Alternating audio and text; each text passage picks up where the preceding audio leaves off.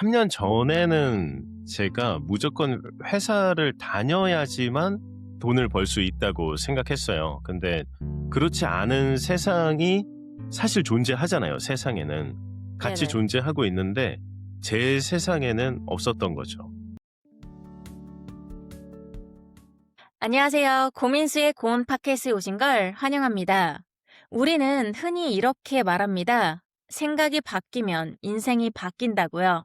그런데 실제 삶에서는 이런 질문이 더 자주 남습니다. 왜 우리는 변했다고 느낀 이후에도 다시 같은 선택으로 돌아올까요? 오늘은 해고 이후 유튜브를 시작하고 수백 권의 책을 읽으며 그 내용을 자기 삶의 경험위에서 다시 정리해온 사람, 그 과정에서 죽어도 컨티뉴라는 책을 쓰고 최애직 책 추천 유튜브 채널을 통해 감사, 선택, 반복되는 삶의 패턴을 지금도 실험하며 살아가고 있는 권영신님과 함께 이야기 나눠보겠습니다. 안녕하세요, 영신님. 안녕하세요. 네. 최재 기자 권영신인 사람입니다. 네. 먼저 이 회사에서 해고된 이후에 이 유튜브를 시작하고 또 책을 쓰기까지의 이렇게 큰 변화를 겪으셨잖아요. 이 요즘 하루를 시작할 때 예전과 비교하면 이 나 자신을 대하는 방식에서 음, 어떤 점이 가장 달라졌다고 느끼시나요? 3년 전에는 제가 무조건 회사를 다녀야지만 돈을 벌 수 있다고 생각했어요. 근데 그렇지 않은 세상이 사실 존재하잖아요, 세상에는. 같이 네네. 존재하고 있는데 제 세상에는 없었던 거죠. 저는 그거를 아예 꿈도 못 꿨을 음. 때니까. 근데 이제 저도 40이 넘어가면서 회사를 다니는데 보면 다들 울상인 거예요. 50대가 되어도 그렇게 많은 돈은 벌지 못하고. 음. 그래서 그분들은 어쩔 때는 되게 생기 있어 보이는데 어쩔 때는 전혀 그렇지 않으니까, 그러면서 하시는 말씀이 "에이 뭐 다 그렇지 뭐." 이런 느낌이었어요. 그래서 저는 미래가 그렇게 되고 싶지가 않았던 것 같아요. 그거를 저 스스로 약간 좀 무의식에 넣었었나 봐요. 그래서 아마 이렇게 '유튜브를 시작하게 되지 않았을까?'라는 생각도 있어요. 뭘 할지는 그때는 모르죠. 근데 이 '세상을 벗어나고 싶다.'라고 아마도 제가 생각을 스스로 계속 했겠죠. 그렇게 생각하고 있는데 얼마 뒤에 연봉을 더 올려 가지고 이직할 수 있는 건수가 생겼어요. 그래서 당연히 갔죠. 근데 거기서 인제 5 개월 만에 해고를 당하게 된 거죠. 이게 되게 웃긴 게, 회사를 다니고 싶지 않겠다고 계속 저 스스로한테 다짐을 하고 있었잖아요, 나는 싫다고. 근데 네네. 왜 "회사를 다니고 있어?" 라고 누군가나, 아니면 만약에 진짜 신이 있다면 "회사를 다니고 있어." 라고 한 것처럼 지금 지나고 나서 생각해 보면 아마도 '너가 그렇게 하고 싶지 않아.' 했는데 또 더 하고 있으니까 뭔가 그런 상황을 만들어 준 게 아닐까, 그런 생각이 좀 들어요. 제가 의도를 만약에 넣었을 때 제 무의식에 그게 작용을 잘하고 있다면 상황이 만들어지거나, 아니면은 누군가가 와서 저한테 이걸 하라고 재촉하거나 그런 메신저 같은 사람들이 온다고 생각을 하는 방식으로 아예 바뀐 거죠. 음. 그래서 의도를 어떻게 가장 잘 할까? 그거를 한 다음에 관찰을 하기 시작해요. 그 의도에 맞는 게 나한테 지금 주어지고 있는 상황이 있는 걸까? 아니면 이 말은 어떤 사람이 그냥 스쳐 지나가는 말일 수도 있는데 그게 혹시 나한테 뭔가를 알려주는 힌트가 되지 않을까? 이런 생각을 하면서 살아가죠. 영신님의 예예. 얘기를 다 모르면 이해가 사실 조금 안 갈 수도 있을 것 아 같아요. 그죠? 예예. 그래서 그런 분들을 위해서 지금 대략적인 스토리는 얘기를 해 음. 주셨는데 이제 해고가 되는 음. 지경에 왔고 강양을 찾다가 유튜브라는 걸 찾게 아 되셨잖아요. 그래서 그런 네네네네네. 과정에서 이 유튜브를 또 하는 게 쉽지는 음. 않잖아요. 많은 사람들이 예예. 하고는 싶어 하고 사실 많이 네네. 한다고는 알고 있는데 음. 그것을 또 성공적인 유튜브로 만들기까지 뭔가 영신님께서 겪어오신 것이 있을 것 같아요. 그 부분을 좀 나눠 아 주시면 좋을 것 같아요. 네. 제가 그 풀 스토리를 생각하고 있긴 했는데 네 혹시라도 그쵸. 듣다가 지루하실까 봐 좀 잘 들어 주세요. 제가 인제 해고당한 다음에는 제가 버틸 수 있는 기간을 생각해 봤어요. 마이너스 통장을 쓰면 한 6 개월은 최소 생활비로 해서 버틸 수 있겠다. 음. 요런 생각이 있었거든요. 그래서 그 6 개월 동안에 정말 힘들었던 게 배달 음식조차도 못 먹었어요. 그 15,000원 혹은 20,000 원이 쓰면은 생활비에서 또 없어지니까 그렇게 생각하면서 6 개월을 어떻게든 버티려고 노력을 했고 그때도 한 3 개월 동안은 유튜브 빼고 다 해 봤어요. 해고를 당한 다음에 제 무의식에 다시는 회사로 돌아가고 싶진 않았거든요. 지켜보던 인제 여자친구가 "유튜브 해 봐. 잘 될 것 같다니까. 유튜브 해." 이렇게 계속 말을 해서 나머지 3 개월을 유튜브에 투자를 해 봤어요. 근데 처음엔 역시 잘 안 나오잖아요. 한 100분 봐 주시면 진짜 고마운 거고.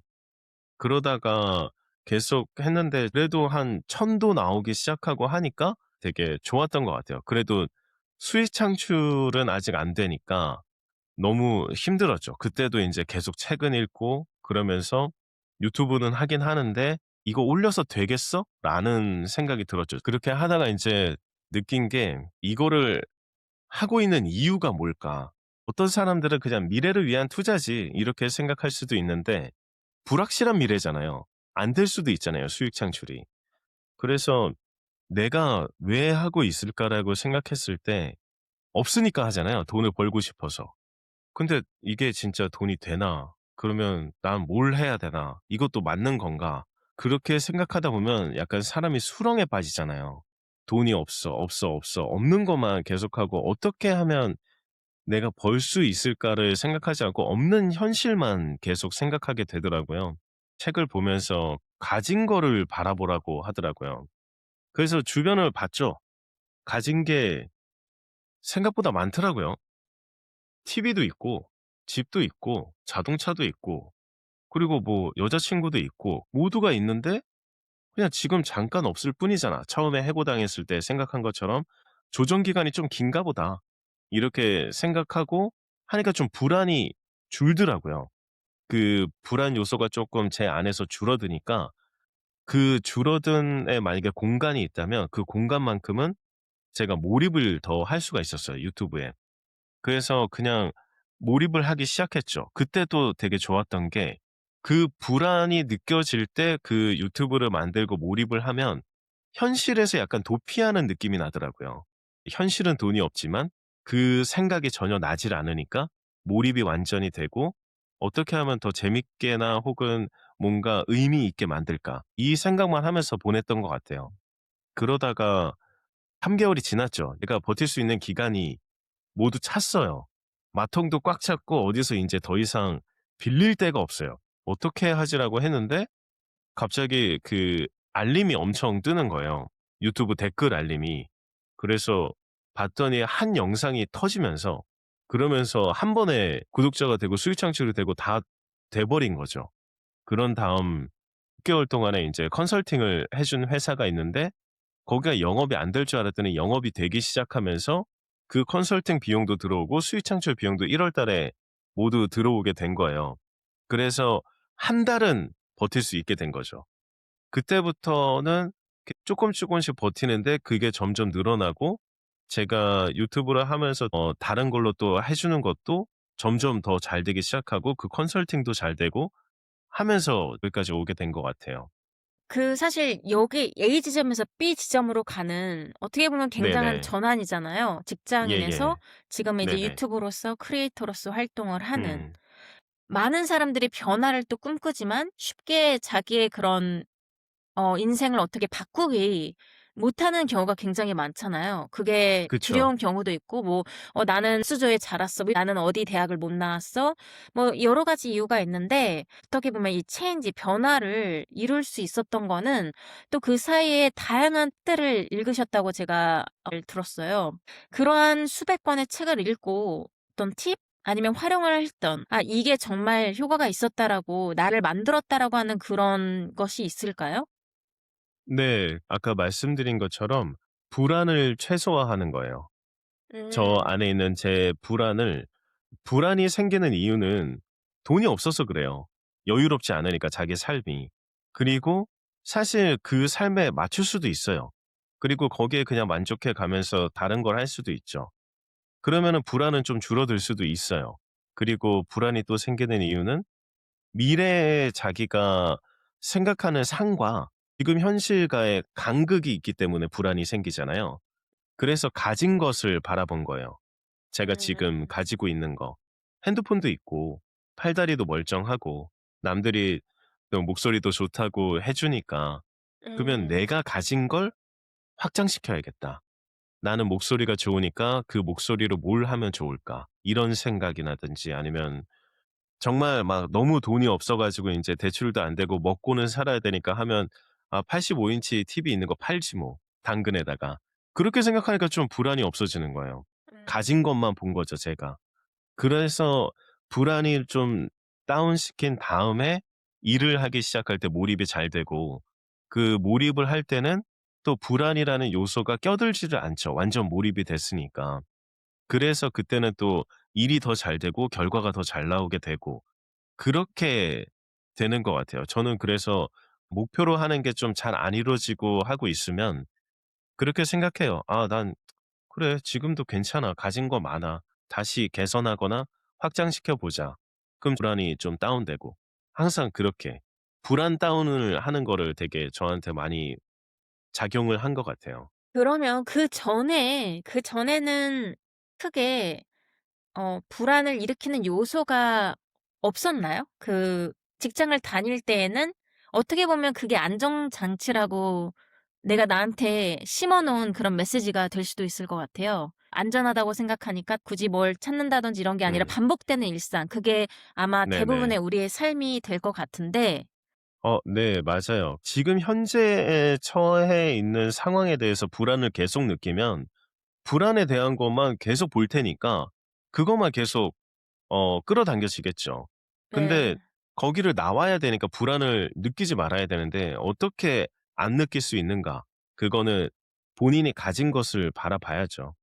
그러면은 세상이 달라진 거잖아요. 불안을 느끼는 세상에서 '내가 생각해 보니까 좀 많이 갖고 있네.'라는 세상이 달라진 거죠. 관점이 달라졌으니까. '관점이 세상이 전부예요.' 라고 저는 생각을 해요. 맞는 말씀이, 사실 불안하게 되면 뭔가 일을 제대로 할 수가 없잖아요, 불안한 마음 때문에. 근데 편안한 마음에서 뭘 하게 되면 내 스스로가 편하니까 일이 잘 될 수밖에 없는 것 같아요. 뭐 바라보는 그냥 시선 자체도 그렇고 아웃컴도 당연히 다르겠죠. 내가 그 네. 보는 시선이 다르니까. 예. 만약에 그 아웃컴이 안 좋아도 그걸 넘길 수가 있어요. '그래. 그럼 뭐 내가 이렇게 다시 바꾸면 되지 뭐.' 이런 생각을 가질 수가 있거든요 좀 여유롭게. 근데 불안을 계속하면 '그 아웃컴 너무 잘 나와야 되는데 어떡하지?' 이건 집착으로 네네. 번지잖아요. 그렇게 되면 또 잘 안 나오고. 그래서 그 중도를 걷는 게 참 생각 네네. 게임을 잘해야 됩니다. 예. 그런데 많은 분들이 "그게 참 어렵다."라고도 많이 얘기들 하잖아요. 그렇게 관점 하나를 바꾸는 것, 그 한 끗 차이가 정말 다른 결과를 만드는데 왜 우리는 그게 어려울까요? 그리고 그걸 하려면 우리는 어떻게 해야 할까요? 그건 저도 어렵습니다. 항상 저도 예예 하는 거니까. 근데 관점을 바꾸는 거는 어떻게 보면 자신이 무의식의 근저에 무슨 생각을 하고 있는가 이거를 알아차리는 게 가장 좋거든요. 내가 만약에 어떤 상황에 어떤 생각을 자동적으로 하는 거에 패턴이 분명히 있을 텐데 그 패턴을 본인이 알아차리는 게 제일 좋죠.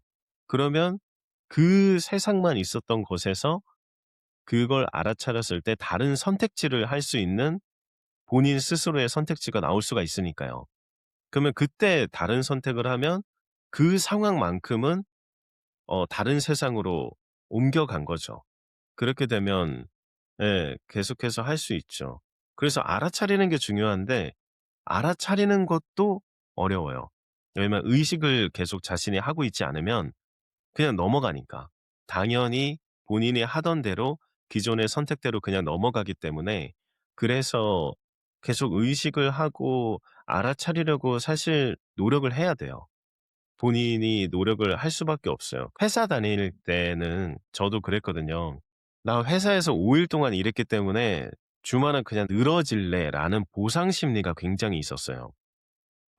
점심 먹을 때도 '아 나 아침 일찍 일어나서 오고 했으니까 점심은 좀 맛있고 자극적인 거 먹을래.' 그렇게 되니까 그건 악순환이잖아요. 지금 요거만 알아차려도 다른 선택을 할 수가 있죠. 이렇게 생각을 해 보는 거예요. 내면에 제가 생각할 때는 두 명이 존재한다고 생각을 하거든요, 에고와 본래의 나가. 음. 그러면 내가 자극적이고 뭔가 좀 "맛있는 거 먹을래?"라고 했을 때 "아 이건 에고가 하는 생각이야."라고만 말을 해 주면 본인이 막 그거에 끌려갔던 게 좀 사라져요. 그러면 그걸 좀 잠재울 수가 있거든요. 그러면 이제 그때 다른 선택을 할 수가 있죠. 주말에 소파에만 늘어져 있거나 뭐 게임을 계속하고 있다든가 하지 말고 그냥 '이건 에고가 하는 거야.' 했을 때 '그럼 나는 뭘 하면 돼 본래의 나는.' 그러면 그때는 뭐 책을 읽든가 쪼끔은 다른 선택을 할 수 있게 틈을 줄 수가 있죠, 자신의 생활 패턴에서. 네. 말씀하신 것처럼 알아만 차릴 수 있다라고 하면 내가 적어도 선택을 할 수 있는 여지가 다른 것은 하나 더 맞아요. 생길 텐데 그 알아차리는 네네. 게 굉장히 어렵잖아요. 그래서 맞아요. 저 같은 경우도 요새 워낙 많이들 얘기를 하지만 이 명상을 통해서 저는 알아차림을 많이 느꼈거든요. 그리고 영신 님도 명상을 하고 계신다고 네네. 들었어요. 그래서 예. 지금 말씀해 주신 이런 과정에서 이 알아차림을 위해서 명상이 어떤 역할을 해 줬는지, 그리고 명상을 통해서 오히려 덜하게 만든 것이 있다라고 하면 어떤 게 있을지 나눠 음. 주시면 좋을 것 같아요. 명상을 처음에 한 이유가 저 돈 많이 벌고 싶고 그리고 제가 이혼을 했기 때문에 정말 그 저만 사랑해 주는 여자를 만나고 싶었어요. 그래서 처음 명상은 그거였거든요. 사실 그건 제가 볼 땐 명상은 아니었던 것 같아요. 그냥 눈을 감고 명상 자세로 하긴 했지만 그 생각만 계속한 거죠. 제가 원했던 거는 연봉이 높아지는 거였는데 결국에는 연봉이 높아졌어요.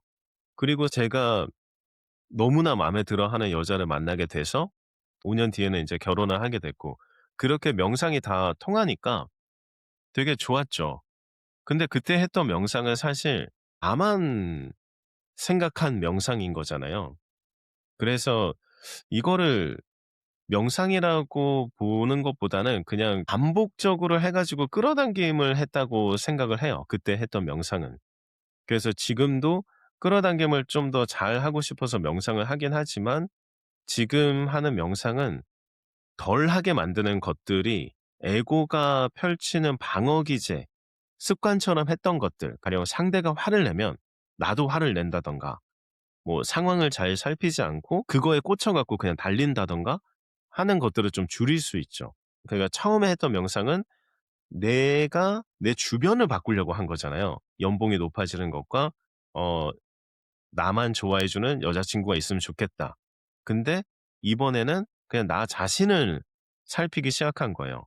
'내가 어떤 상황에 어떤 생각을 하고 어떤 거에 그냥 꽂혀 가지고 내가 그럴까? 그 근저에 있는 건 뭘까?' 계속 저한테 질문하기 시작했어요. 그렇게 하니까 그 상황에서 제가 안 하기 시작한 것들 덕분에 결국엔 얻는 게 더 많아져요. 왜냐하면 경제적으로도 인간관계적으로도. 결국에 명상으로 과거에 계속하던 습관적인 행동이나 생각을 버리니까 뭔가 상태가 더 좋아졌다고 할까? 그러면 뭔가 더 끌어당기기 더 쉬워지는 상태가 된다고 저는 보거든요. 그래서 덜어내니까 오히려 더 많이 왔다. 이렇게 말씀드리고 싶어요. 그 끌어당김의 법칙에 대해서도 이야기가 많은데, 근데 이게 네네. 다 내가 원한다고 해서 얻어지는 건 음. 아니잖아요. 물론 영수님 그쵸. 예. 그것을 경험하셨지만 뭐 좋은 배우자를 찾는다든지 음. 연봉을 많이 받는지 이런 것들은 누구나가 원하는 그런 걸 텐데, 지금 그것을 경험하시고 나셨을 때 돌아보면 그게 정말로 나한테 긍정적인, 아니면 정말 내가 생각을 했기 때문에 그걸 있는 그대로 받았는지, 그게 왜 그렇게 작용이 됐다고 생각하시나요? 끌어당김이 있다고 저도 생각을 하지만 정말 중요한 거는 갑자기 나는 뭐 10억을 원해 했다고 누군가 10억을 주고 가거나 그렇게 되진 않아요. 그러니까 제가 생각하는 끌어당김은 상황이 만들어지는 거죠. 만약에 자신이 10억을 원해라고 하면 지금 자신이 능력으로 최대한 할 수 있는 뭔가의 상황이 주어질 수는 있어요. 상황이 주어지는데 이제는 본인 선택인 거죠. 그 상황을 받아들여서 자신이 할 것인지 말 것인지. 근데 그 상황에서 보통은 기존의 선택 때문에 기존의 습관 때문에 안 해요. 그 상황이 주어졌는데 그 상황이 상황인지도 모르고 안 하게 되니까 '아 끌어당기면 안 되네.' 모두 다 이렇게 생각하게 되실 것 같아요. 그래서 만약에 자신이 진짜 10억을 벌고 싶다. 그러면 10억에 대해서 내가 어떻게 벌 수 있을까는 잘 몰라. 하지만 계속해서 반복하고 막 끌어당기려고 노력을 했다면 명상도 하고 그러면 분명히 어떤 상황이 10억까지는 아니어도 1억이라도 아니면 1,000만 원이라도 벌 수 있는 상황이 생길 거예요. 물론 10억이 처음부터 아니겠죠. 1,000만 원 정도 벌 수 있는 아니면 100만 원 정도 벌 수 있는 그런 상황이 생기면 그걸 잡아야 되는데 그때 보통 이렇게 생각할 거예요. '아 그거 해서 뭐 해?' 그게 끝나는 거예요. 그 상황 주어졌는데 "네가 그렇게 생각해서 그 상황 줬더니 네가 안 해." 그러니까 끌어당기면 계속 안 되는 거죠. 누군가가 한 번에 10억이 만들어지지는 않잖아요. 100만 원이 주어질 수 있는 상황, 그다음엔 1,000만 원, 그리고 그게 확장되기 음. 시작하면서 1억 이렇게 되는 건데 막 10억 한 번에 바라고 그렇게 되니까 그 음. 상황조차도 자신이 보지도 못하고 저는 그렇게 생각을 하거든요. 그래서 제가 바뀐 게 항상 제가 의도를 넣고 그다음에 관찰을 많이 해요. 누군가가 스쳐 지나가는 말도 '혹시 나한테 이게 음. 이로운 말일까?' 그러면 사람이 긍정적으로 그냥 바뀌어 있어요. 음. 부정을 생각하질 않죠. 뭐냐면 저도 또 경험을 해 봤잖아요. 연봉도 올려서 가 봤고 그 연봉 올린 것도 되게 웃기긴 얘기인데 왜 저는 그때 연봉을 올린다고만 생각을 했을까요? 사실 자본주의 안에서는 연봉을 올리는 것보다 돈을 많이 벌려면 사업을 해야 돼요. 그렇잖아요. 네네. 그거는 되게 당연히 맞는 말인데 그때도 제 세상 제 관점에는 없었던 거예요. 그냥 회사를 다녀야지만 돈을 벌 수 있다고만 생각한 관점, 그 세상에만 있었던 거죠. 그러니까 명상을 해도 옳는 것만 생각한 거죠. 오히려 더 음. 크게 볼 줄 알았다면 '어떤 사업을 할까?' 이 생각을 하면서 '나는 사업이 하고 싶어요.'를 의도에 넣었을 텐데. 그래서 저는 의도에 넣은 게 그때도 정리해고를 당한 것처럼 보이지만 결국에는 소개시켜 준 곳에서 연봉이 많이 올라서 갔고 3 개월 뒤에 또 제가 너무 마음에 들어하는 여자분을 만났고 그 사람이 진짜 그런 사람인 줄은 또 모르잖아요. 그건 상황만 주어진 거고 결혼까지 온 건 또 5 년이나 걸렸으니까 그 상황에서 제가 계속 뭔가 다른 행동을 해 보고 선택을 해 보고 이런 상황을 계속 한 거죠. 그러니까 정리하자면 끌어당김은 상황이 주어지는 거지 갑자기 툭 나타나는 게 아니다. 그 상황에서 본인이 하는 거에 따라서 또 그 안에서도 달라진다. 요렇게 좀 정리를 하고 싶어요. 예. 그 상황이 달라지는데 네. 그것을 내가 알아차려야지만 이제 그걸 볼 수 맞아요. 있는 거고 행동으로 일어날 네네. 수 있는 건데 네네. 대부분의 맞아요. 사람들은 바라기만 하고 상황이 맞아요. 와도 알아차리지를 못하니까 네네. 일어나지 않는다. 네네. 어. 만약에 알아차렸더라도 그 기존의 습관 때문에 그냥 생각을 해 버리니까 그거에 대해서 행동을 또 안 하는 거죠. 음. 그러니까 생각도 자신이 바뀌어 있어야 되고 그러니까 자신이 그렇게 뭔가 원하는 거 하려면 자신의 상태를 잘 만들어 놔야 돼요.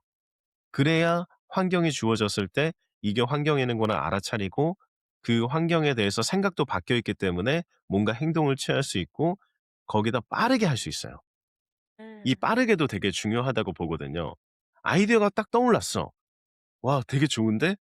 근데 일단은 난 일을 해야 되니까 일단은 하고 그거 사라져요. 그러니까 예. 아이디어가 떠올랐을 때 그냥 바로 해야 돼. 바로 일단은 그 접어 두고라도 바로 이거를 적용시켜 본 다음에 요 정도는 약간의 그 단계라고 하면은 일까지라도 해 놔야 기억을 하고 그걸 어떻게 발전시킬지 또 이 삶을 생각할 수 있잖아요. 근데 네네. 0 에서 출발한 아이디어는 0은 금방 사라질 수가 있으니까 음. 생각이 갔을 때 빨리 해 놓고 1 만들어 놓은 다음에 다른 걸 하다가 근데 1을 만들어 놓고 다른 걸 하면 음. 이걸 또 짬뽕시킬 때가 있잖아요. 내가 네. 지금 하고 있는 일과 그 일을 만들어 놓은 이거 좀 합하면 되겠는데?'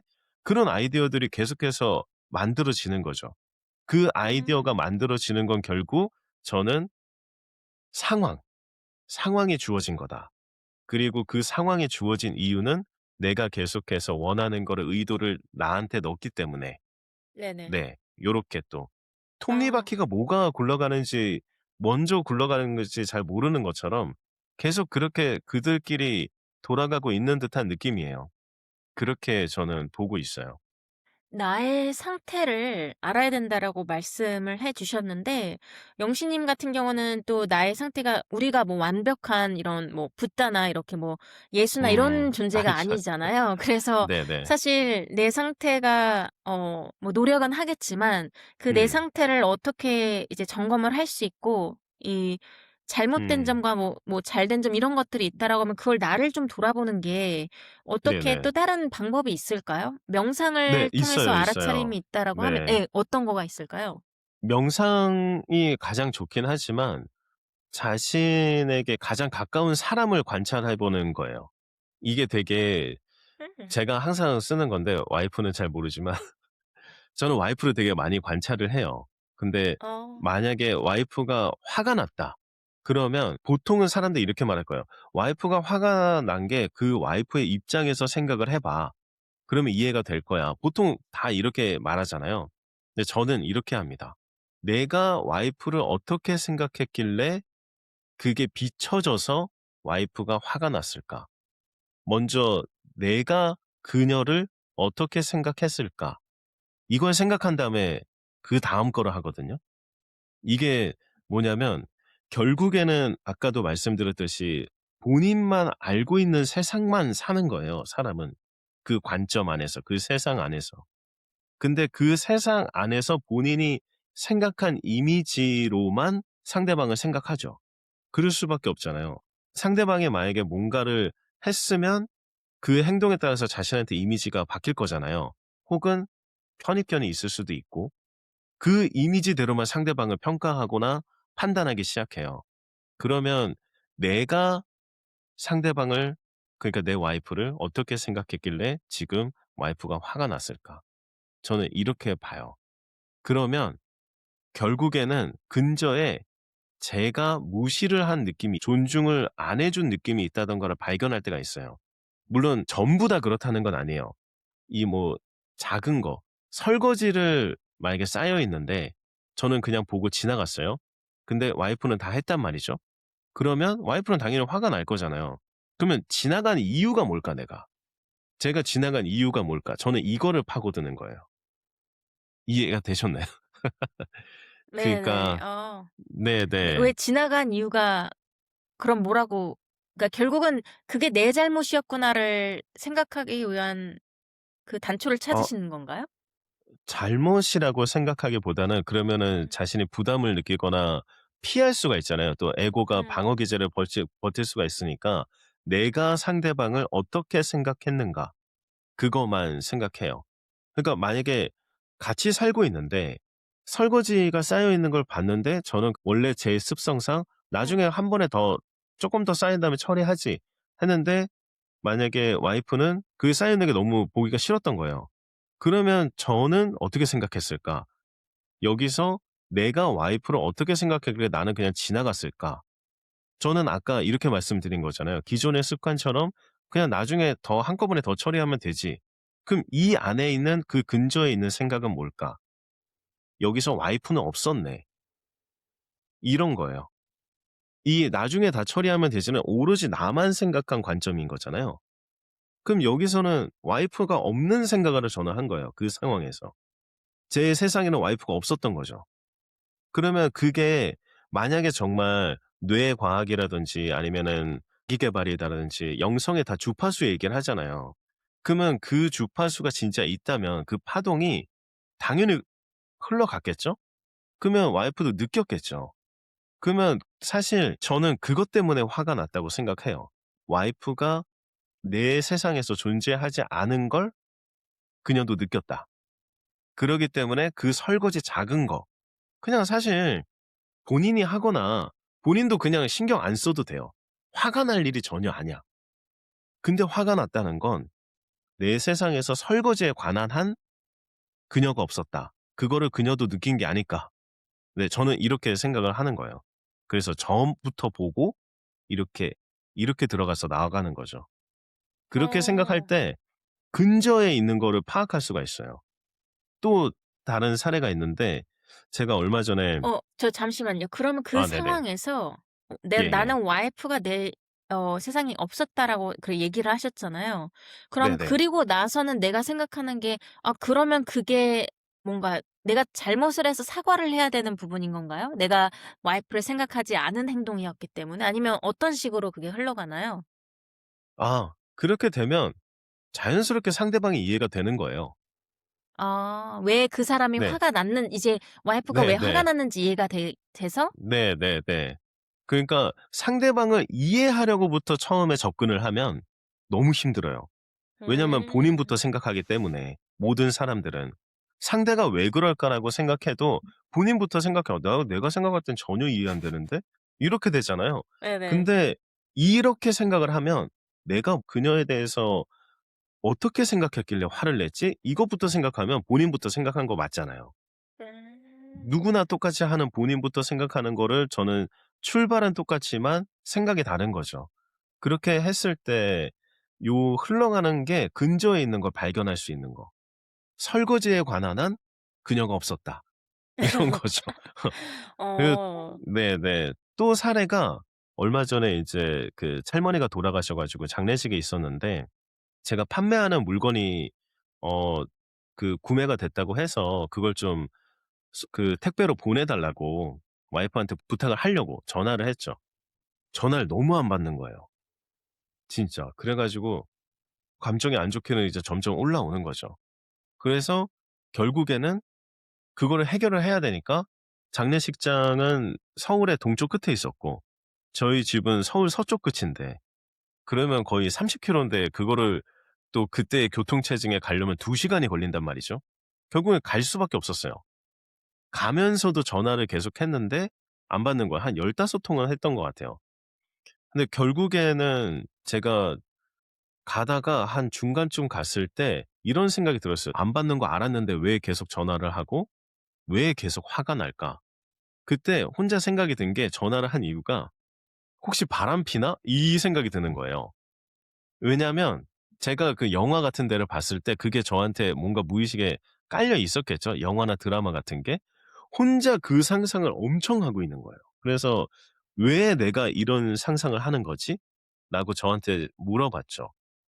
그러니까 결국에는 그 근처에 있는 건 얘가 전화를 안 받아서 '나를 무시했구나.'라고 생각해서 화가 난 거잖아요.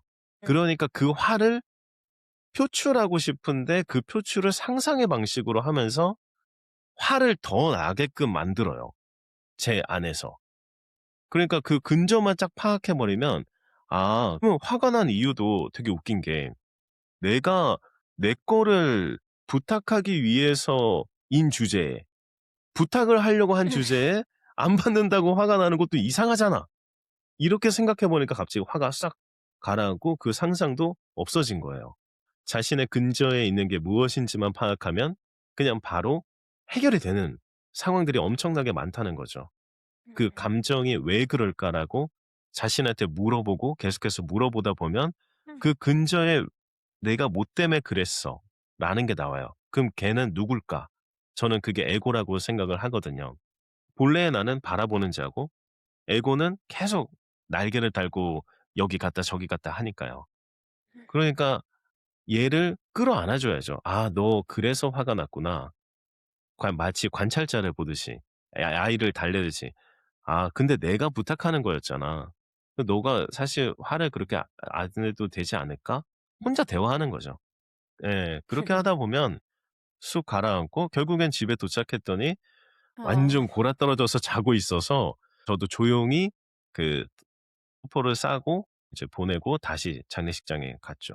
그래서 근처에 있는 거를 파악하는 게 가장 중요한 것 같아요. 이 생각 게임을 할 수 있는 건 명상을 계속해서 했을 때 좀 더 끈질기게 물어볼 수 있는 힘이 생기는 것 같아요. 자신한테 계속 자문하는 거. 맞아요. 지금도 굉장히 흥미로운 그런 사례를 들어 주셨지만 또 영신님 이야기에서 인상 깊었던 것 중에 하나가 이 명상과 영성을 또 삶에서 분리하지 않고 오히려 굉장히 현실적인 이유와 연결하고 음. 있다는 점이었어요. 아까 또 말씀을 해 주셨지만 "부자가 되기 위해 명상을 한다."라는 표현이 음. 인상이 깊었는데 지금의 영신님이 말하는 부는 어떤 의미인가요? 제가 먹고 싶은 거 먹고 어디 가고 싶을 때 가고 뭐 친구가 "골프 치자." 그러면 골프 칠 수 있고 저는 '그 정도면은 부이지 않을까.'라고 생각하는데요. 부의 의미는 그렇게 네. 생각합니다. 그러니까 하기 싫은 걸 하지 않는 상태. 회사를 다닐 때는 이게 또 회사 다니시는 분들이 들으시면은 좀 그럴 수 있지만 그냥 제가 그랬다는 겁니다. 저는 하기 싫은 일을 굉장히 많이 도맡아서 한 적도 많았고 그게 항상 저한테는 스트레스였던 것 같아요. 근데 지금은 하고 싶은 것만 할 수 있는 거.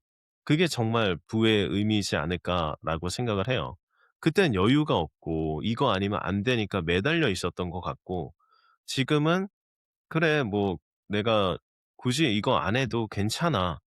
그리고 내가 하고 싶은 건 이거야.'라고 정확하게 말할 수 있고 제 행동도 그냥 그렇게 할 수 있는 거.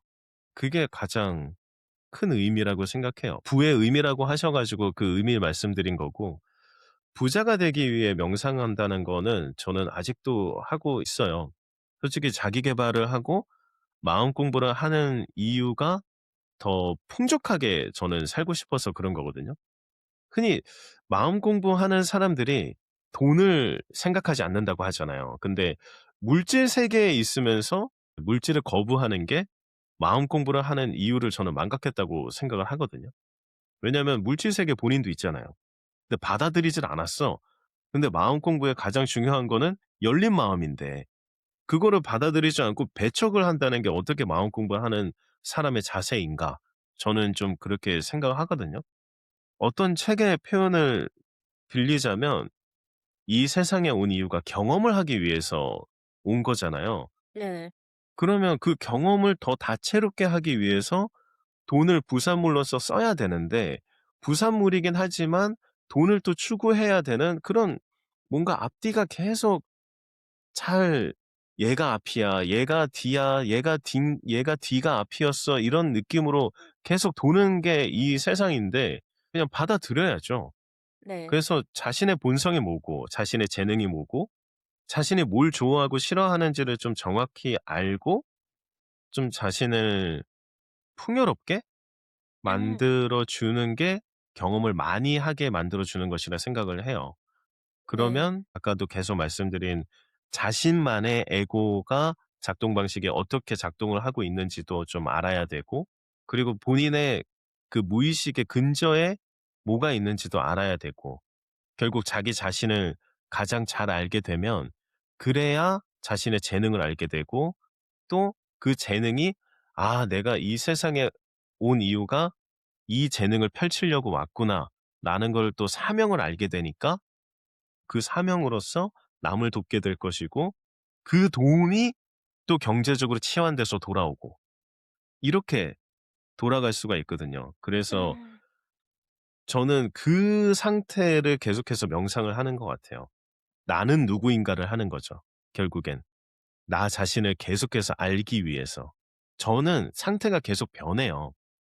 그러니까 내가 변한 상태를 알고자 하기 위해서 명상을 하죠. 그러면 그 변한 상태에 맞춰서 내 재능은 이거인 것 같은데 그 재능으로 남을 도울 수 있는 상태가 되려면 또 뭘 해야 될까? 이걸 보는 거예요. 음. 그 남을 돕는 게 결국엔 경제적으로 치환이 돼서 돌아오기 때문에 그럼 어떻게 하면 잘 도울 수 있을까를 생각하는 거죠. 남 돕는 게 어떻게 돈이 되라고 하지만 사실 우리가 가지지 못한 돈 있잖아요. 네네. 그건 모두 남한테 들려 있잖아요. 그럼 그 네. 남한테 들려 있는 돈을 제가 받으려면 그 사람한테 서비스를 해 주든가 아니면 제가 뭔가 그 사람이 좋아할 만한 물건을 만들어 팔든가 아니면 진짜 도움을 주든가. 음. 돈으로 도움을 준다거나 뭐 기부를 말하는 게 아니에요. 그 네네. 상대방의 만족을 위해서도 저는 도움이라고 생각을 하거든요. 그 만족을 위해서 제가 뭔가 활동을 한 게 그게 경제적으로 치환돼서 돌아오고 내가 가지지 않은 돈을 가질 수 있는 유일한 방법이라고 생각을 해요. 그렇게 해야 되는 세상에 태어났고 그게 경험이고 그러면 그 경험을 '내 재능을 살려서 해야 되는구나.' 음. 이렇게 하고 지금 내 상태가 어떤지 내 무의식에 어떤 게 깔려 있는지 그걸 계속 알아보는 작업. 이게 계속 맞물리는 거죠 이렇게. 그러니까 이 문제는 사실 돈 네. 자체라기보다는 그 돈을 대하는 태도. 솔직히 이 물질 세상에서 돈을 되게 안 좋게 보는 이유 중에 하나가 이 음. 돈을 어떻게 보면 나랑 동일시하고 나의 가치를 음. 돈에 맡기는 그런 게 좀 비일비재한 것 같아요. 그래서 네네. 아까 말씀해 주신 그런 중도도 사실은 이 욕망을 내려놓으라고 하는 이 영성 이 하나가 음. 있고 또 영신님처럼 이 돈과 풍요를 멀리하지 하는 게 아니라 그것을 이제 계속 활용하는 이 사이에서 중도를 걷는다는 게 사실 굉장히 쉽지 않은데요. 그 이유 중에 하나가 이 인간의 욕망이 끝이 없다라고 음. 하잖아요. 여기에서 우리가 중도를 걷는다는 것이 또 만만치는 않을 것 같아요. 영신님이 보는 이 부자의 개념에서 우리가 중도를 걸을 때 이 내 욕망 같은 경우를 잘 판단을 해야 될 것 같은데 그거는 어떻게 바라보시는지도 궁금한데요. 그것도 사실 고가 한다고 생각하면은 좀 바라보는 게 편해요. 제가 인제 동창회를 만약에 갔는데 내가 잘 나간다는 걸 뽐내고 싶어서 명품으로 완전 치장을 하고 갔어요. "야 너 되게 잘 나가나 보다." 막 이렇게 한몸에 받았단 말이죠 관심을. 근데 다른 동창이 좀 늦게 왔는데 더 좋은 명품을 입고 온 거야. 그러면은 살짝 쏠릴 거잖아요. 근데 굉장히 수치심이 갑자기 나는 것 같고 '쟤는 왜 하필 나보다 더 좋은 걸 입고 와서.'라고 생각하기 시작하고 그렇게 되잖아요. 그게 에고가 복제하는 방식이 있거든요, 작동 방식에. 본인이 그 브랜드에 아예 복제를 시켜 버리고 그리고 본인의 수치심이 진짜 또 더 증가하게끔 복제를 하고 그게 끊어내기 위해서는 '아 그 복제당했구나. 에고가 또 복제를 했구나.'라고 그냥 자신이 생각만 하면 그게 쓱 풀려요. 그 되게 간단한 일이긴 한데 그게 정말 힘든 부분이기도 하죠. 근데 정말 웃긴 거는 그 절에 가면 굿즈샵이 있어요, 불국사 같은 데 가면. 거기에 어떤 걸 파는지 아세요? 뭐 단주, 염주 이런 거 팔지 않나요? 네네네. 예. 보통 그렇죠. 근데 거기 100억 원짜리 황금 지폐도 팔아요. 아. 네. 이런 거예요. 그러니까 사람들이 좋아하는 거가 이거다라는 거를 절도 그냥 인정하고 받아들인 거예요. 절은 고집을 하지 않은 거죠. 그죠? 근데 본인이 그렇게 막 브랜드에 고집하고 막 그럴 필요가 없다는 거예요. 그냥 '에고의 작동 방식일 뿐이다.'라고 알아차릴 수만 있다면 다른 사람이 그 동창회에 와서 더 자기보다 관심이 쏠리고 했더라도 그게 그렇게 화가 나지 않는 일이 되게끔 자신의 상태를 만들 수가 있어요. 그 경계가 사실 좀 쉽진 않은데 저 같은 경우는 이 두 개를 왔다 갔다 하는 것 같긴 해요. 가령 워낙 이 젊음을 바라고 아름다움을 바라는 이 세상에서 '다들 성형을 하는데 나도 해야 될까?' 근데 성형을 하면 끝이 또 없잖아요. 뭐 눈도 바꿔야겠고 코도 음. 바꿔야겠고 참 그 중도 어디까지가 음. 나를 만족시키는 뭐 돈도 마찬가지일 것 음. 같아요. 그 풍요. 그 사이의 네네. 중도가 저는 좀 어렵지 않을까라는 생각도 들었어요. 어떻게 네 맞아요. 생각하시나요? 어렵죠. 어려워요. 그래서 수행을 하는 것 같아요. 명상을 하고. 그러니까 만약에 자신이 어 뭐 1억 을 벌었다. 근데 생각해 보니까 동창이 또 2억 벌었대요. 뭐 10억 벌었대요. 그럼 또 자신도 10억 벌고 싶잖아요. 그랬을 때 자신의 상태가 지금 무의식에 왜 그거를 부러워하는가? 근저에 왜 그 사람을 부러워하는가? 또 아까처럼 돌아가는 거죠. 나는 그 상대방을 어떻게 생각했길래 그가 10억을 벌었다는 거를 나는 부러워할까? 그 근처에 있는 걸 좀 파악하기 시작을 하려고 하면은 '좀 더 중도를 걸을 수 있지 않을까?'라는 생각이 들어요. 그다음에 두 번째는 '집착을 자신이 하고 있지 않은 건가?'라는 알아차림이 좀 필요한 것 같아요. 그 집착을 버리기 위해서는 '이거 아니면 안 돼.'라고 생각하는 자신을 또 알아차려야 되는데 참 어렵다. 알아차림이 되게 중요하거든요. 자신이 집착인지 아니면 몰입인지에 대해서. 몰입인가 집착인가에 대해서가 차이는 쉽게 말하면 몰입은 그냥 그거에 빠져서 아무 생각 없이 하고 있는 거. 그런 상태 있잖아요. 운동하실 때라든지 아니면 저 같은 경우는 편집할 때예요, 요즘에는. 이거를 봐주는 사람을 생각하면서 그냥 빠져서 만들고 있거든요. 그렇게 하고 있으면은 저는 한 5 시간이 그냥 흘러갈 때가 있어요. 네. 근데 저는 거의 움직이질 않은 거죠. 요거만 한 거죠.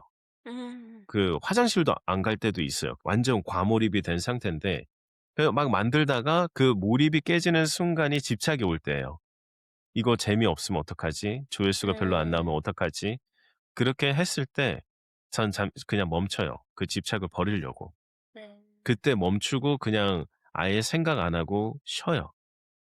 그다음에 다시 봐요. 그 몰입 상태로 제가 갈 수 있으면 다시 하고 근데 계속 집착으로 마음속에 있으면 명상을 또 하든가. 예. 음. 그렇게 자신의 상태를 계속해서 의식적으로 바라보는 거죠. 내가 지금 네. '이거 진짜 조회수 잘 나와야 돼.' 이러면 어 안 나와요. 정말 맞아요. 안 나와요. 네. 진짜 안 맞아요. 나와요. 근데 그냥 몰입해서 재밌게 제가 만들었어. 제가 재미를 음. 느꼈고 '와 재밌다.' 이렇게 생각하고 그냥 아무 생각 없이 막 썸네일도 요렇게 만들어서 그냥 머릿속에 떠오르는 대로 해 가지고 했어. 그게 제일 잘 나와요. 음. 결국은 이 결과에 집착하지 않으면서 그냥 내가 즐기면서 행을 할 때 그냥 오는 대로 받아들이는 것 같아요. 그게 잘 되면 좋고 뭐 안 되면 안 되는 거고. 근데 네네. 그렇게 했을 맞아요. 때 그 내가 기쁜 예예. 상태에서 뭔가를 했을 때 일이 음. 잘 되더라. 이거는 어떻게 보면 당연한 수도 있을 것 같아요. 네네. 그쵸. 네. 앞서서 말씀해 주신 것 중에서 이렇게 "돈을 모으고 싶다."라는 얘기도 해 주셨고 뭐 "돈을 많이 벌고 네네. 싶다." 근데 그 이유 중에 하나가 이렇게 "내가 원하는데 잘 쓰고 싶다."라고 말씀을 해 주셨어요. 그래서 이 돈이 들어오기 시작했을 때 또 '모아야겠다.'라기보다는 '나를 기쁘게 하는 데 쓰겠다.'로 이렇게 생각이 좀 바뀌셨다고 말씀을 해 주셨는데 그렇게 아 선택을 한 후에 삶이 어떻게 네. 변하셨는지도 좀 나눠 주실 수 있을까요? 돈을 모으거나 쓰는 거는 저는 양쪽 다 하고 있는 거예요. 모으니까 또 쓸 수도 있고. 근데 그 모으면서도 좀 누리는 거죠. 그리고 돈도 인격체라고 하잖아요. 저도 누리긴 하지만 쓸데없는 곳에는 잘 쓰지 않아요.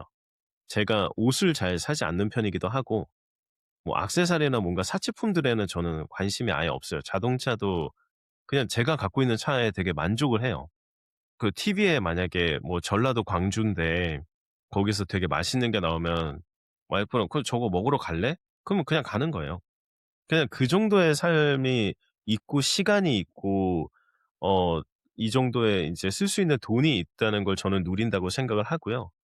그리고 뭔가 일 때문에 일찍 일어나지도 않고 뭐 일 때문에 내일을 위해서 자야 한다는 압박도 없고 그냥 자고 싶을 때 자고 물론 약속이 있으면 다르지만 저도 아직 경험하지 못한 것들이 있으니까 그걸 위해서 또 돈을 모으기도 하거든요. 그냥 이제 쓸데없는 곳에 잘 쓰지 않고 항상 고마워하면서도 같이 있는 거죠, 인격체라고 하니까. 그래서 돈을 또 모으는 삶과 누리는 삶을 저는 함께 하고 있는 겁니다.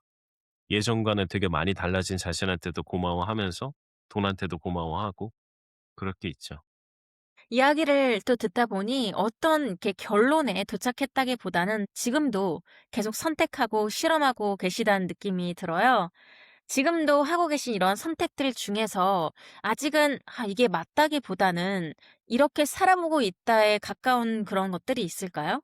그 살아보고 있다는 그 관점의 차이나 아까 말씀드렸던 게 거진 다 저의 방식이고 제가 아직 실험하고 있는 건 있어요. 그러니까 제 책에 있는 거 마음그릇 스카우터가 네네. 만약에 진짜 있다면 네네. '나 현재 얼마일까?' 아. 그거를 항상 실험을 하고 있어요. 어떤 책에서는 헌금을 낼 때 자신의 마음그릇을 시험해 보라고 해요. 헌금 10,000원 낼 거냐 10만 원 내는 걸 생각했을 때 자신의 마음이 어떤 상태에 있는지에 따라서 그 돈에 대해서 자신의 마음그릇이다라고 하는데 저는 그게 좀 싫었어요.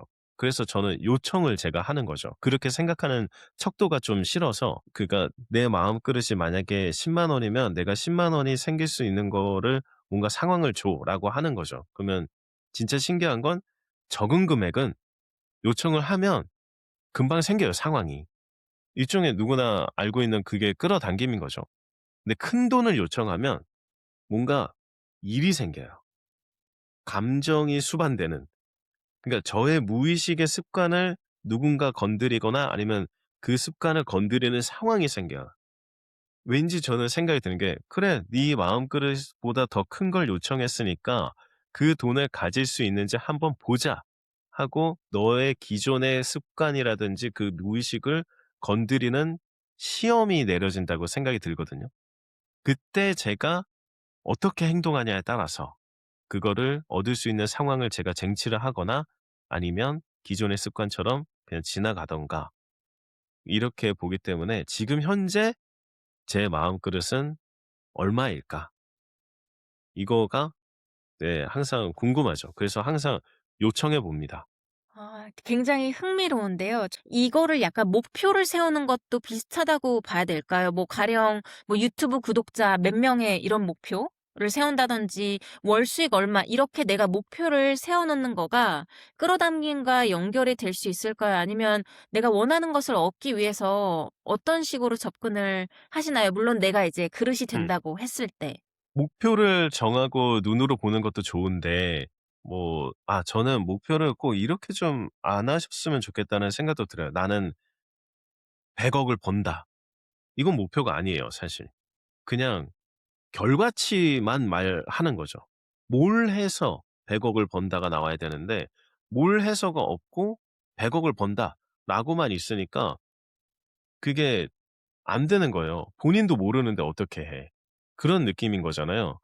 그러니까 본인이 가지고 있는 것 중에서 '나는 이거를 확장하고 싶은데 어떻게 해야 될까.'는 본인도 솔직히 모른다면 금액이 중요한 게 아니라 '나는 어떻게 사람들을 도와서 그걸로 돈을 벌었다.' 이런 느낌으로 그냥 하셨으면 좋겠어요. 이 how가 몰라도 그냥 말하는 거예요. '나는 내 재능으로 사람들을 도와서 100억을 벌었다.' 이러면 본인의 머릿속에 생각이 좀 달라져요. 그 상황이 오는 거를 볼 수가 있게 되는 거거든요. 근데 그냥 100억을 번다 그 목표를 해 버리면 아무것도 상황이 보이지 않을 수도 있어요. 그렇기 때문에 상황을 만들고 보기 위해서 자신한테 '나의 재능으로 남을 도와서 100억을 벌었다.' 이렇게 목표를 세우시는 게 가장 좋은 것 같고 그리고 본인한테 요청할 때는 쪼금씩 쪼끔씩 해 보는 거죠. 만약에 5천만 원이 필요해. 그러면 "내가 그것을 벌 수 있는 그릇인지 아닌지 나에게 알려줘." 이렇게 해 보는 거죠. 그것도 나한테 상황을 줄 수 있는지를 알려 달라고 본인한테 말을 한 거잖아요. 그러면 본인이 신기하게 만약에 그 능력이 없어도 그거를 할 수 있는 거를 찾기 시작해요. 그걸 찾기 시작하니까 또 변하는 거예요, 상태가. 그럼 그 상태가 변하니까 또 상황도 바뀌고 그렇게 계속 선순환으로 바뀌게 되는 거죠. 궁금한 게 아까 "나한테 물어본다."라고 했잖아요. "내가 1,000,000원을 벌 수 있는지 알려줘?" 그럼 그거는 네네. 너가 1,000,000원을 벌 수 있는지 없는지를 그냥 가르쳐 주는 거예요? 아니면은 1,000,000원을 만들 수 있는 그런 기회를 주는 건가요? 기회가 생기는 거죠. 그거를 음. 볼 수 있는 그러니까 이거를 본인한테 자문을 한다는 것 자체가 일단은 그거를 찾는 상태로 만드는 거예요. 본인 스스로한테. 뇌가 그 자신의 예전 기억에 따라서 그거를 찾아서 활용을 하잖아요. 이 안에 데이터가 그게 없으면 그걸 할 수 있는 가능성을 눈으로 찾기 시작하는 거죠. 이런 거예요. 눈을 감은 다음에 뜨면은 빨간색. 그거 똑같은 거예요. 자신한테 그렇게 요청해서 빨간색을 볼 수 있는 상태로 만드는 게 "내가 1,000,000원을 만들 수 있는지 아닌지 나한테 알려줘." 이렇게 하는 거죠. 또 있는데 이거는 뭐 뇌과학이나 그것보다도 가장 저한테 확신을 갖고 있는 건 심장의 두근거림이에요. 명상을 하면서 인제 좀 더 자신한테 되게 깊게 들어갈 때 심장이 그 뛰는 거를 굉장히 느낄 수 있거든요. 그때 저한테 물어봐요. "내가 이번에 영상을 올릴 건데 그거 조회수 잘 나올 것 같아?" 라고 물어보죠, 심장에게. 그러면 심장이 되게 갑자기 빨리 뛰면서 강하게 뛰어요. 그럼 진짜 조회수가 잘 나오고 얘가 그냥 평타를 쳐요. 아무렇지 않아. 그냥 그대로 뛰고 있어요. 그럼 그냥 평타 쳐요. 진짜 그래서 저는 너무 신기해 가지고 이거를 계속해서 저한테 활용을 하거든요. 그래서 만약에 제가 뭔가 일을 하려고 할 때, 일을 도모하고 뭔가 추진을 하려고 할 때 먼저 물어봐요. "이거 잘 될 것 같아?" 그러면 잘 된다고 할 때 진짜 이렇게 되게 강하게 뛰고 제 몸이 이 정도로 하는 정도로 느껴질 정도로. 만약에 아니면 그냥 아무렇지 않아요. 그래서 뇌보다 저는 심장이 더 먼저 알고 있다고 생각을 해요. 그래서 저는 저만의 조언자이자 확신자가 여기 있는 거잖아요. 네네. 그거에 의해서 확신을 얻고 또 추진을 하고 네. 그렇게 하고 있어요. 근데 여기서 또 중요한 게 심장이 강하게 뛰었었어요. 근데 어쩔 때는 또 똑같이 물으면 안 뛸 때가 있어요, 똑같이 물어봤는데도. 그건 음. 자신의 지금 상태가 가능성이 줄어들었다는 소리일 수 있잖아요. 그때 당시에는 높았어, 가능성이. 근데 지금은 가능성이 낮아졌다. 그럼 내가 지금 어떤 걸 해야 가능성이 높아질까를 또 제가 찾더라고요. 이게 약간 미신 같은 거죠. 근데 저를 믿는 미신이죠. 다른 외부의 신이 아니라 저를 믿는 거. 그렇게 하니까 아. 계속 제가 행동하고 제 심장을 믿기 때문에 그냥 계속 심장이 하라는 대로 하는 느낌인 거예요. 그러니까 예. 훨씬 더 확신을 가질 수 있는 거죠. 네. 제가 이야기를 들으면서 '아 내가 뭔가 놓치고 있는 게 있다. 내가 명상을 하는데 뭘 잘못하는 거지.' 이런 생각을 좀 하게 됐는데 영신님께서 좀 팁을 주신다면 경험을 하신 분으로서 '나는 이런 식으로 이렇게 해서 명상을 하니까 그런 느낌이 온다.'를 좀 알려주시면 어떤 게 있을까요? 음. 저는 방법론을 좀 추구하진 않는 것 같아요. 그냥 저한테 계속 질문해요. 물론 명상을 하자마자 계속 저한테 질문하는 건 아니고 몸에 힘을 쫙 빼려고 노력을 하고 그리고 신기하게 앉아서 할 때 발끝에서부터 의식을 하면서 힘을 천천히 빼기 시작하는 거 있잖아요. 그렇게도 하시나요, 명상? 그렇게는 안 하세요? 그냥 모든 힘 다 몸에 빼기 명상. 머리부터 바 이렇게 그냥 느끼는 것. 뭐 아 힘을 뺀다 그죠? 네네네네. 느끼는 거. 예예. 느끼면서 위에서부터 밑으로 내려가면서 이제 힘을 빼면서 이제 호흡하는 약간 그런? 저는 발을 느끼려고 되게 노력해요. 거기서 저는 발끝에서부터 시작을 하거든요. 그래서 그리고 발을 그냥 느끼려고 하면 잘 안 느껴져요. 그래서 이거를 머릿속으로 생각만으로 발을 내가 꼼지락거린다고만 생각을 해요. 예. 네네. 그러면 진짜 꼼지락거리진 않고.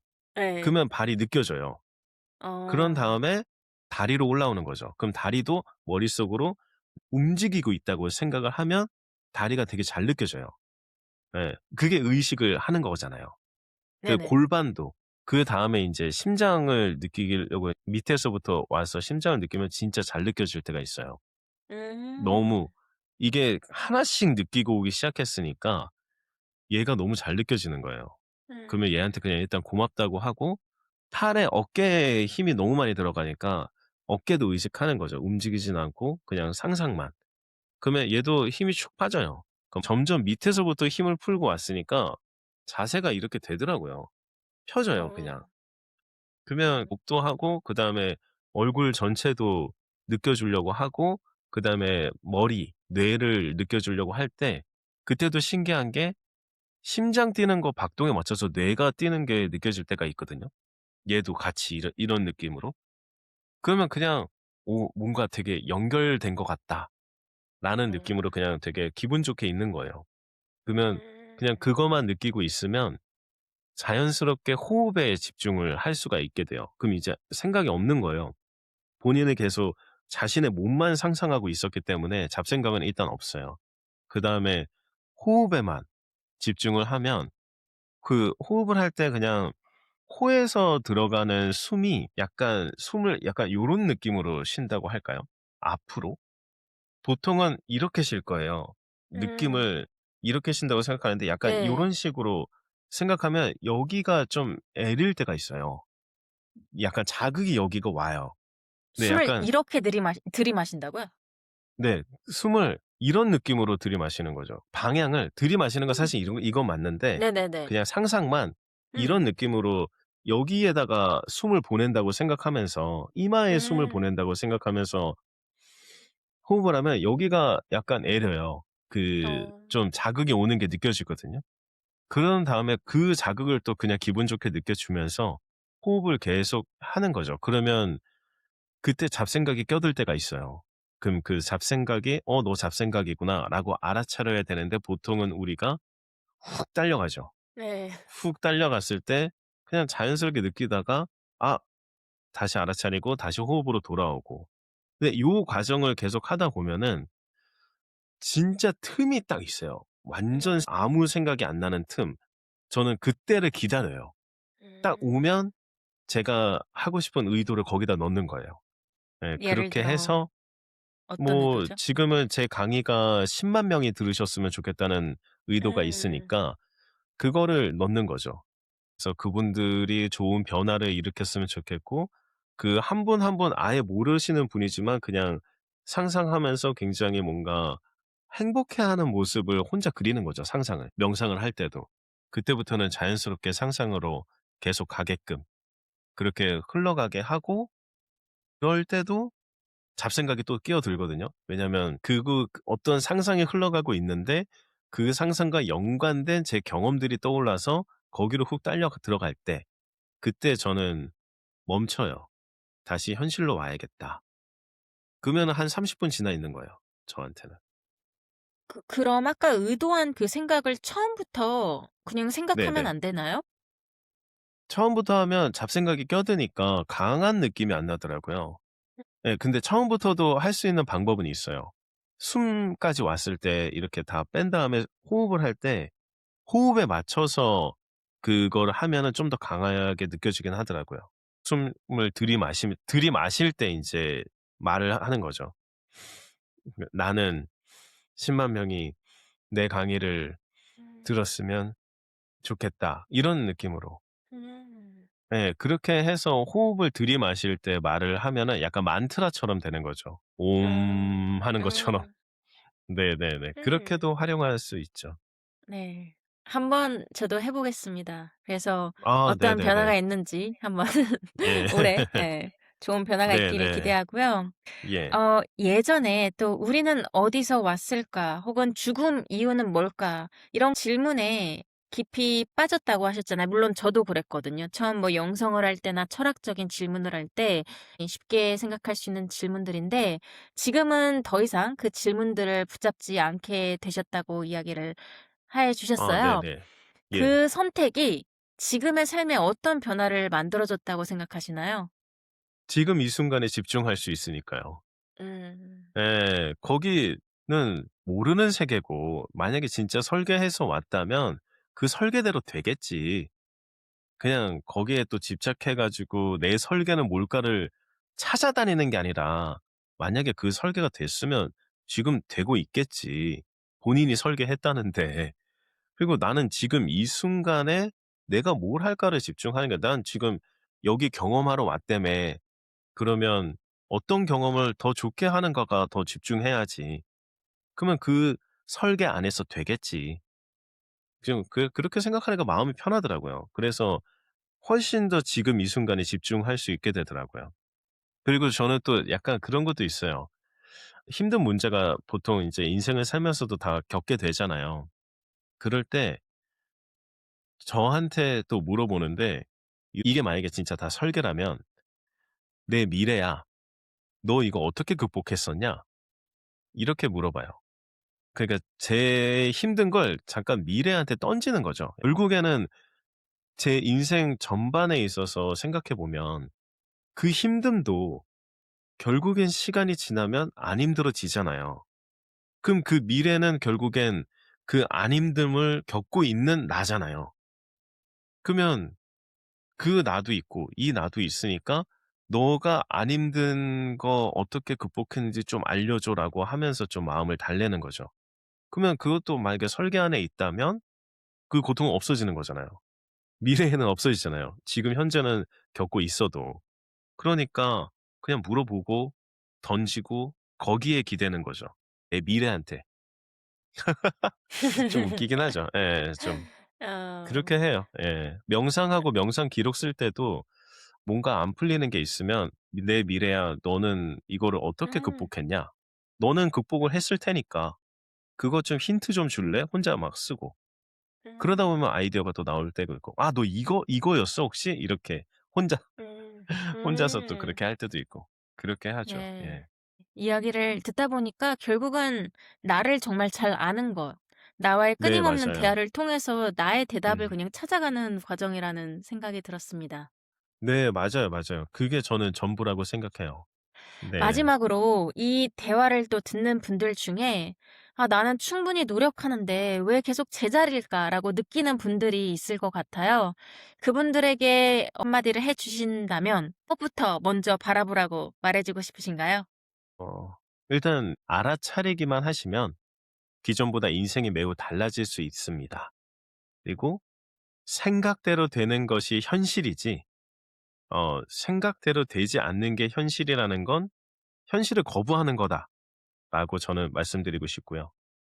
나이가 들수록 자신의 바운더리가 커지기 때문에 인생이 우상향일 수밖에 없는데 그 곡선을 좀 더 드라마틱하게 만들 수 있는 건 자신의 생각과 스스로를 알아가는 시간입니다.